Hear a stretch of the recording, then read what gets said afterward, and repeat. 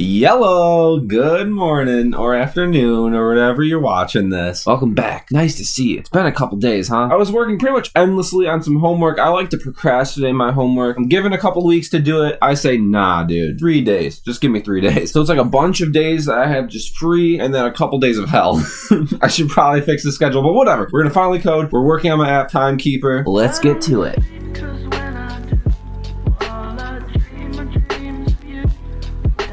So the first thing that I'm doing today is notifications. I've never actually made notifications in an app, so this is kind of interesting to learn. I looked at a bunch of different packages that I could download and use, but I landed on this Flutter local notifications. Rated 100, so I'm guessing it's really good. I was going through the documentation trying to figure out how it works, and things were kind of confusing. I think I was doing it right, but I found a Medium article right here, and he basically goes through the documentation and explains everything. So I just followed his tutorial on Medium. And it was pretty easy. You just kind of did some stuff, threw some stuff into the Android manifest, and then there's a couple of lines of code that I had to copy to actually make the notification. Just to test the notifications, I threw a little button at the bottom of the screen. That's definitely not how we're going to actually send these notifications, like in the actual use of the app. It's just a test, okay?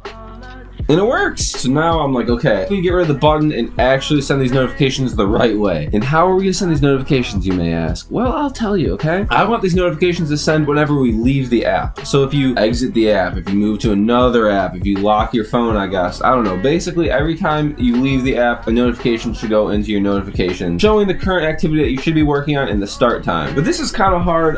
In mobile programming, there's things called like the life cycle states, right? Something like that. So the life cycle, that's the key word here. And it basically, it's like the different life cycles of the app, right? Like the first time you're opening up an app, there's a life cycle for that. As you're using the app, normally there's a life cycle. When you leave the app, there's a life cycle. I needed to grab the Android life cycle for when you pause the app, because that's when you leave the app, okay? And so then what I want to do is every time you pause the app, so it's called on pause, then it will send this notification to your phone. And I found this cool article that shows you how to get the Android life cycles within Flutter. So I just followed the steps. You know how it is. I'm sure you've read articles and just yoinked all their code before. And that's what I did, baby. And here it is. It's a function called did change. What's that?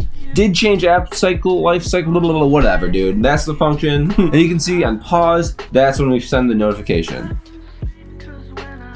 Hey, and that works. Pretty cool, right? Now there's a problem. I don't really like how this notification is styled or formatted. The top text is the app name and the bottom text is all the important details. But in the notification bar, there's a separate spot for the app name. So the title of this notification does not need to be Timekeeper. And there we go. I changed it. So now the title is the current activity and below it is the start time. I think that looks a lot better. Finally, one problem that looks really lame on screen because you can't tell. I was still getting like the vibration or sound every time that I got the notification, which is kind of annoying because that's every time you leave the app, you get the notification. So there's just a lot of vibrating, and we don't need it, right? There's not much to show for that. Just know that I went through the source code of the Flutter local notification dependency, whatever you want to call it, and I found an enable vibration setting that I can just set to false. Pretty simple stuff. Life as a Flutter developer is pretty nice, dude. Cool. So the next thing that we're working on is a settings page. We're only going to have one setting for now, and that's going to be to enable the notifications. I figure some people won't like the notifications